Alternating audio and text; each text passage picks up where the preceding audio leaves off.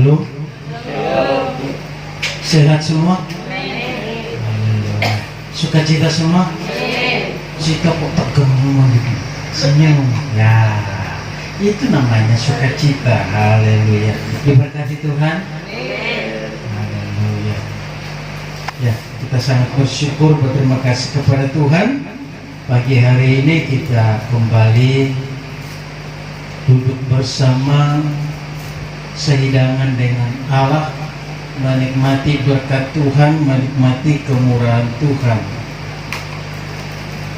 Kalau kita terus memperhatikan dalam setiap kehidupan kita, kita semakin merasakan bahwa kehidupan di zaman ini, kehidupan yang membawa kita untuk terus dan terus percaya, dekat, dan mengasihi Tuhan.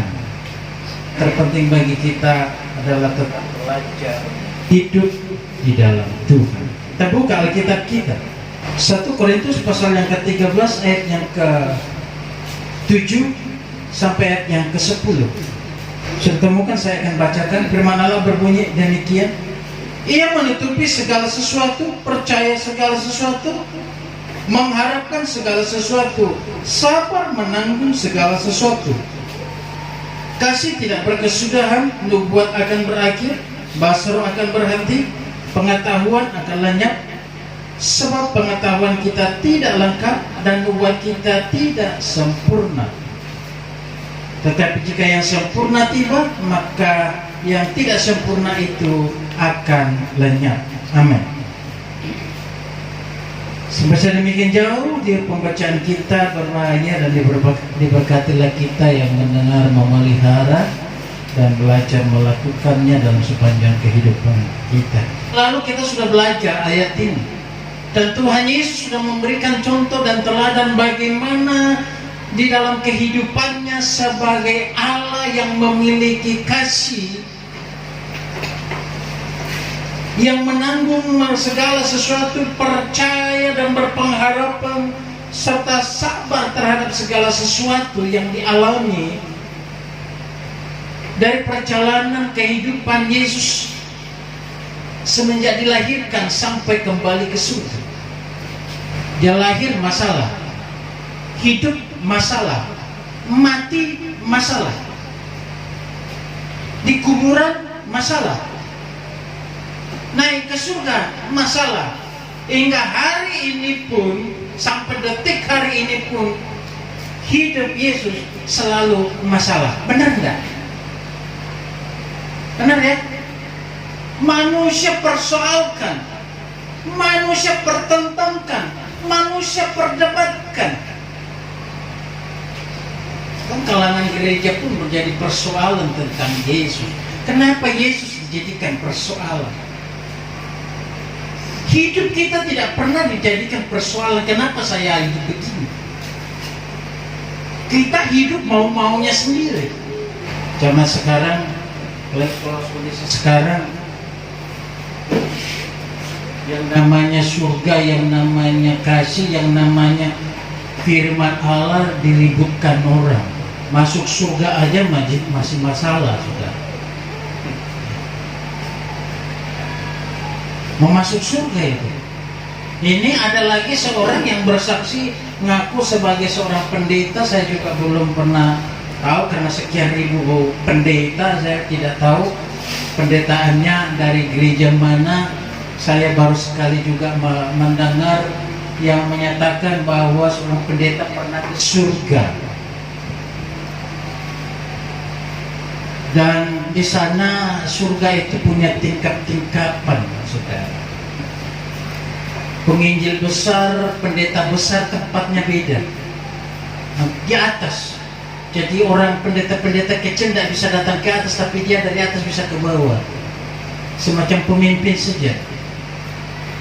Wah, tempatnya pendeta-pendeta besar itu luar biasa. Penginjil-penginjil besar. Makanya begitu saya mendengar, saya mau jadi pendeta besar. Biar tempatnya mapan dan luar biasa. Cuma bilangnya di tempat itu tidak bisa ketemu Yesus. Tapi tempatnya luar biasa.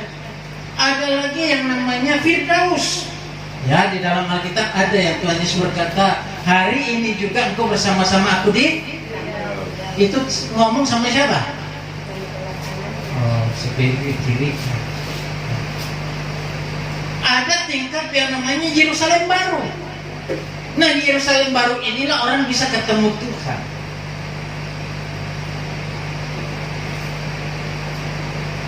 Ya, karena di dalam Alkitab cuma itu yang dijelaskan oleh Tuhan, bahwa di Firdaus di Yerusalem baru itu, di mana kota itu, tempat itu, semua orang percaya, orang kudus Tuhan dikumpulkan di situ. Di situ tidak butuh matahari, di situ tidak butuh bulan, karena Tuhan yang jadi penerang di situ. Maka dia berkata, dan hanya Yesus yang mampu berkata, akulah terang. Di sana tidak butuh air minum, karena di situ ada aliran air hidup.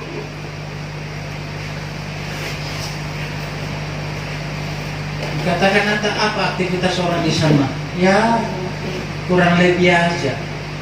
Saudara, saya mulai renung-renungkan surga itu tingkatannya seperti apa. Tidak pernah saya orang keluar angkasa yang sudah sampai ke bulan berkata melewati tingkat-tingkat langit.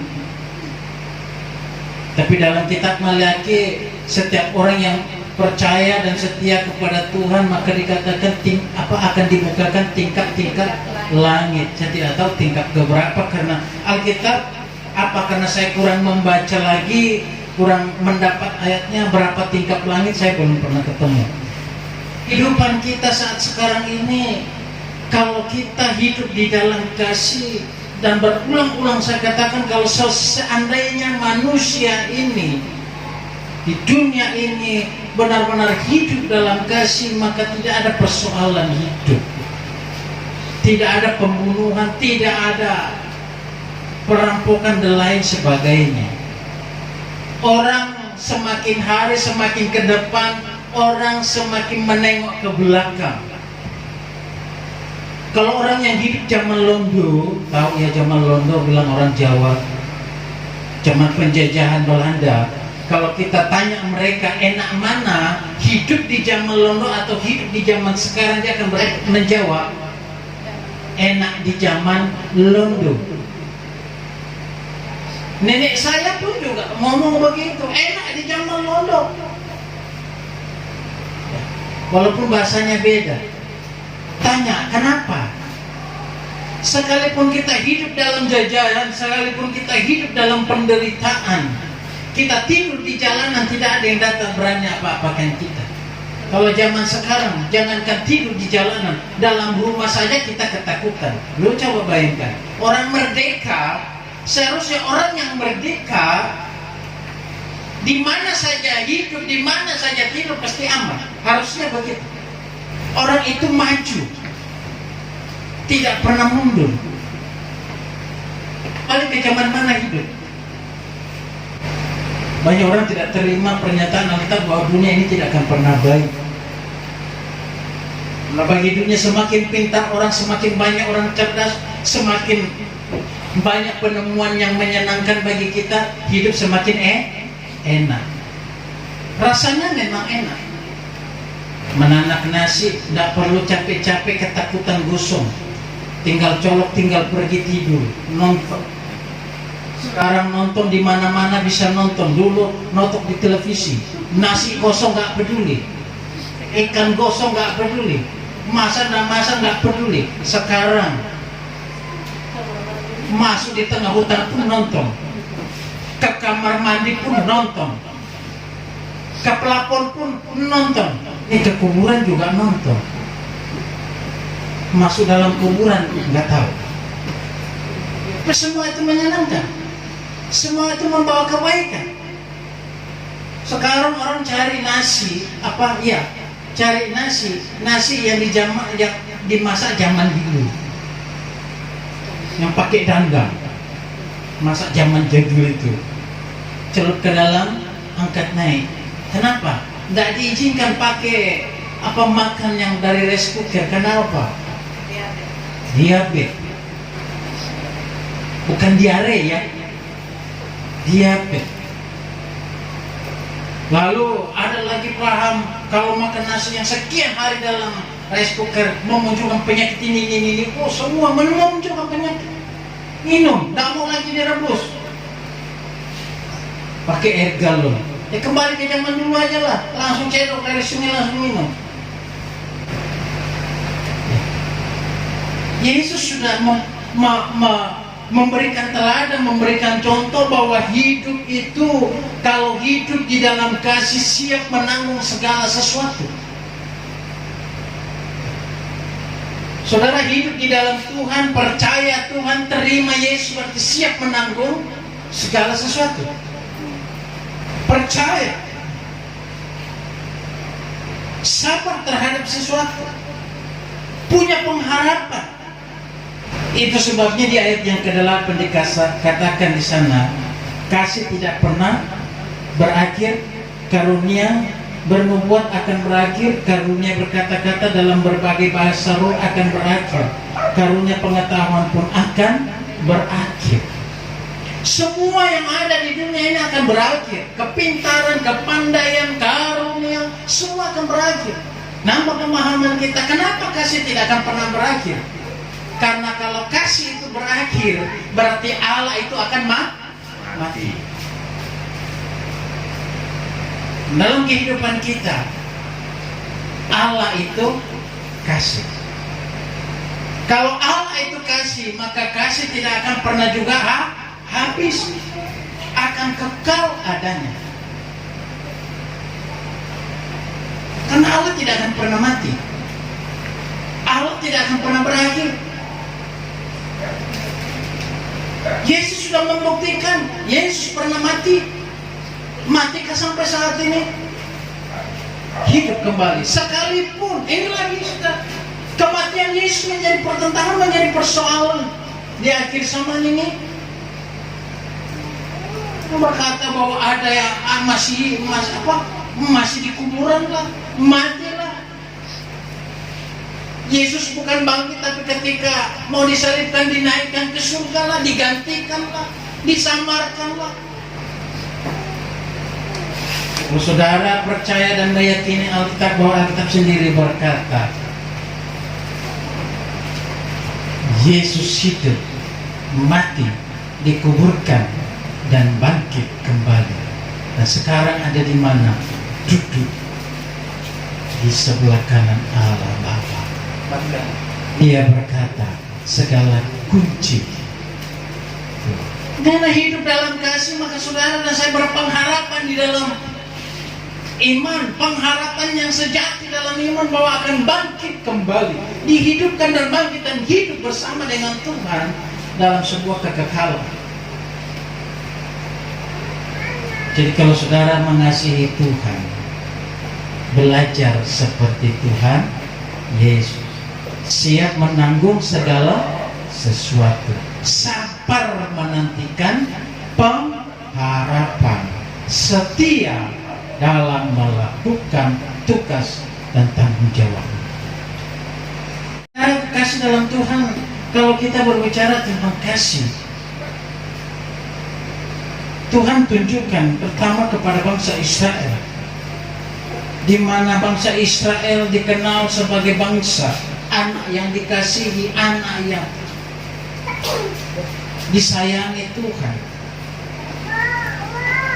Dan juga bangsa Israel dikenal, bahkan sampai sekarang ini orang mengenal bangsa Israel dibenci karena apa? Banyak dunia membenci dia karena apa? Saudara perhatikan, sekalipun banyak melakukan hal-hal yang tidak berkenan kepada Tuhan, tetapi dengan kasih Tuhan, dikatakan di dalam Yesaya pasal yang ke-43, Yesaya 43 ayat 22 sampai 28, saya baca di sana. Sungguh engkau tidak memanggil aku, hai Yakub, dan engkau tidak bersusah-susah karena aku, hai Israel. Engkau tidak membawa domba korban bakaranmu bagiku dengan korban sembelihanmu. Aku tidak memberati engkau dengan menuntut korban sajian, atau menyusai engkau dengan menuntut kemenyan. Engkau tidak membeli tebu wangi-wangi bagiku dengan uang, atau mengenyangkan aku dengan lemak korban sembelihanmu, tetapi engkau memberati aku dengan dosamu, engkau menyusahai aku dengan kesalahanmu. Saudara bisa bayangkan,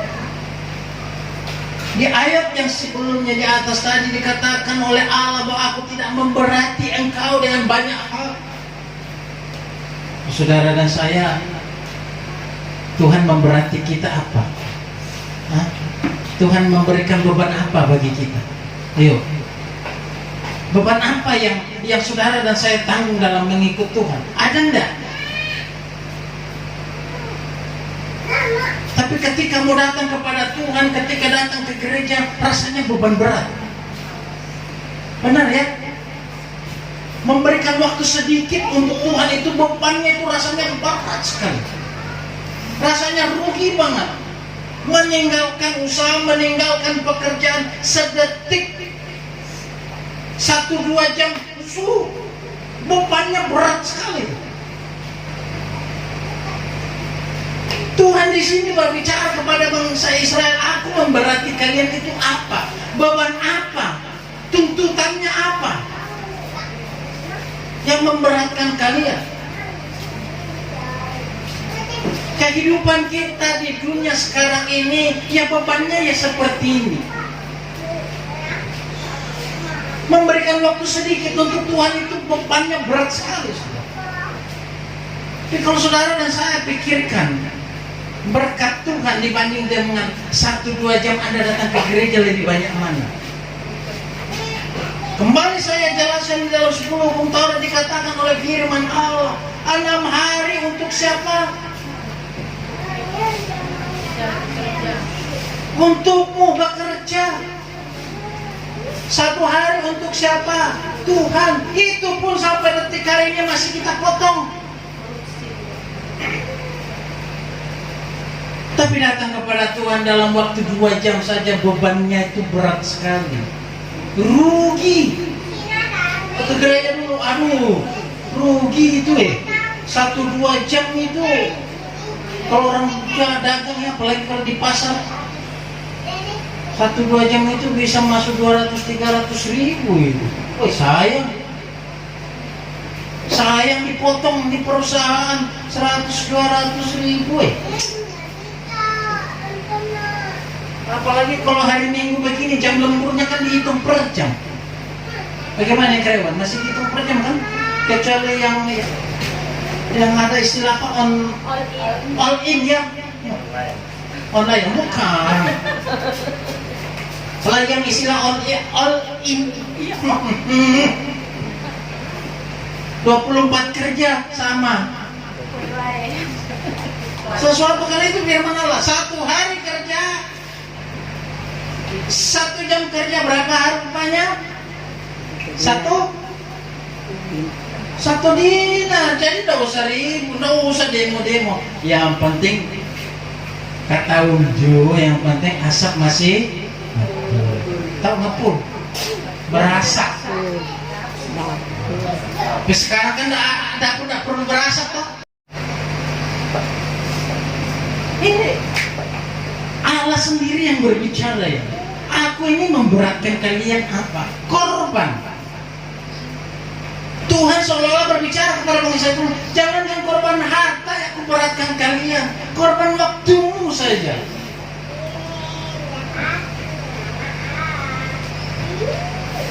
Kalau 100% Tuhan katakan, kamu tidak akan masuk surga kalau tidak benar-benar korban untuk Tuhan. Orang berkata, tidak apa-apalah masuk neraka daripada hartaku habis untuk Tuhan. Tapi saudara yang kekasih dalam Tuhan, kalau orang datang ke paranormal minta berapa? Ada yang gratis? Dukun? Ada yang gratis? Tidak ada. Tapi mau korban di sini, tapi untuk Tuhan susah. Tapi inilah yang Tuhan katakan, 24, engkau tidak membeli tebu wangi-wangi bagiku dengan uang, atau menyenangkan aku dengan lemak korban sembelihanmu, tetapi engkau memberati aku dengan dosamu, menyusahai aku dengan Saudara dan saya yang bikin berat Tuhan, saudara dan saya yang nyusahi Tuhan. Benar enggak? Mau tidur Tuhan, jagai aku, wena betul. Tuhan jadi satpam. Tuhan, saya mau piknik, perjalanan saya Tuhan lindungi dan jagai. Coba Anda mau piknik, mau pergi senang-senang, adakah yang berdoa, Tuhan saya mau ke gereja, lindungi aku? Hari Minggu orang ke gereja, dia mau ke pantai, Tuhan saya mau ke pantai, Tuhan di hari Minggu ini lindungi aku. Enak betul. Itu dan orang itu nyusai aku. Senangkan kagak nyusai? Iya. KPPS dari gitu ya, semua senangin Tuhan ya. Nggak ada yang nyusahin Tuhan ya. Apalagi beratin. Nggak ada yang nyusahin Tuhan ya. Nggak ada yang kasih bangun Tuhan. Ada yang kasih bangun Tuhan ya? Nggak ada ya. Kasihan lu, biar bobo dia kasihan. Ya. Saudara bisa membayangkan itu. Dikatakan awan itu debu kakinya, itu aja sendiri. Bagaimana awan hitam, berarti sibuknya luar biasa Tuhan. Kasih kesempatan lah Tuhan istirahat. Amin. Kalau Tuhan Anda kasih istirahat, berarti Anda akan beristirahat selamanya. Amin. Seumur-umuran. Pas apa mau korban nyawa buat Tuhan? Hah? Siapa mau mati untuk Tuhan? Angkat tangan. Ih, tidak ada yang berani. Tuhan itu mau mati. Tapi apakah semua manusia di dunia ini mau mati untuk Tuhan?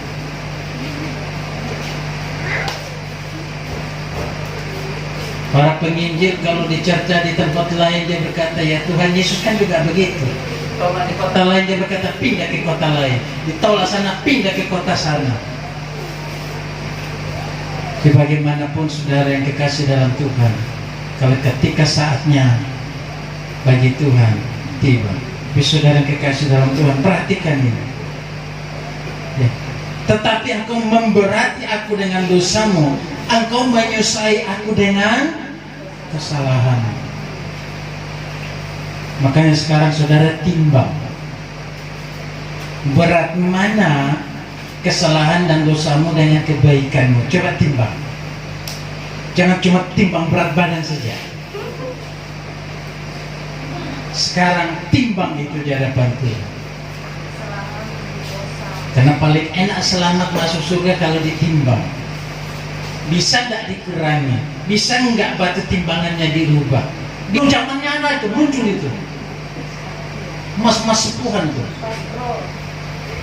Wah, kira gimana saudara punya pengharapan di dalam? Punya Tuhan disepuh, punya Tuhan dilapisi emas. Wah, emas dilapisi. Tuhan dilapisi emas. Pak Tuhan bilang aku nggak perlu dilapisi emas. Hatiku sudah jadi emas. Tuh, hati Tuhan sudah jadi emas murni, bukan emas-emasan sana. Karena di satu daerah banyak sekali emas, dikit-dikit emas, padahal tidak pakai emas. Saudara perhatikan Tuhan. Tuhan itu berhati emas. Saudara berhati apa? Daging. Tuhan itu sudah berhati emas, emas murni, bukan emas 24 karat. Emas 24 karat itu masih dikatakan masih ada campurannya. Sekalipun sudah dikatakan emas yang paling kelasnya itu udah paling bagus, tapi orang berkata emas 24 itu cilik, lembek, bisa berubah bentuk. Loh.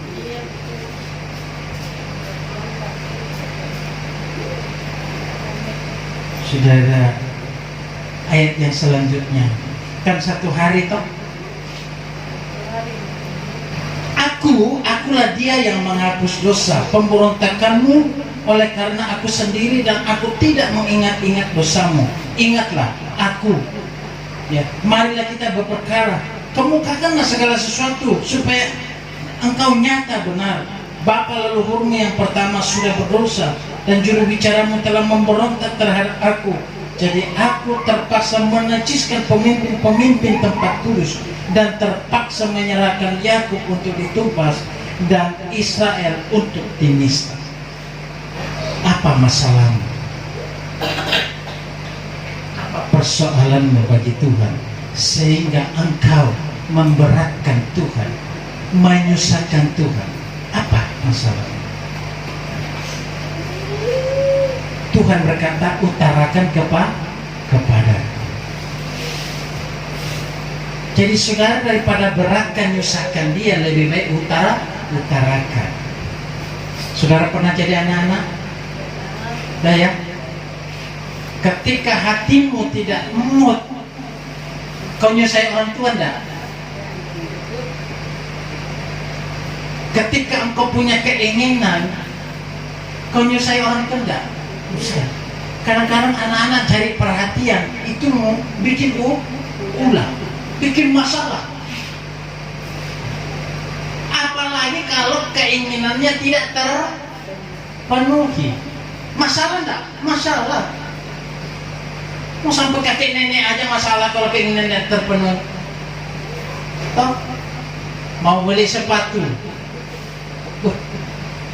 beli kebaya, tidak terpenuhi. Bunda gulana, uring-uringan. Makanya saya bilang jangan rajin ke mall. Bilang pergi cuci mata tapi menyakitkan. Kemana? Jalan-jalan dulu ke mall, cuci mata. Ya memang pergi ke situ cuci mata. Cuma keinginan di situ saat mau tidak terpenuhi, hati kecewa. Pulang uring-uringan. Bagus itu sepatu.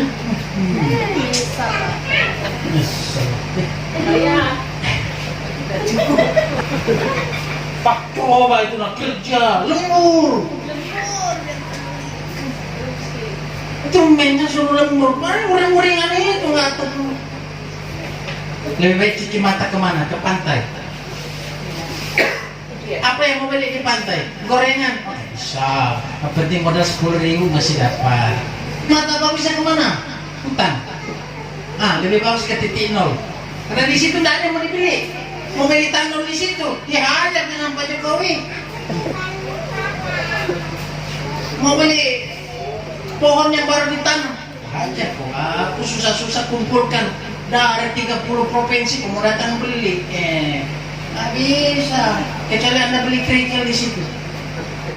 Dengan segala macam gaya dan tipe hidup, saudara dan saya beratkan Tuhan. Gitu? Mau makan aja, saudara mau makan aja, ada yang berkata Tuhan lindungi saya, jagai saya mau makan Tuhan, jangan sampai jangan sampai keselak air. Anda mau makan, mau bobo, itu lebih parah lagi. Mau tidur, Tuhan saya mau tidur, Tuhan jaga aku.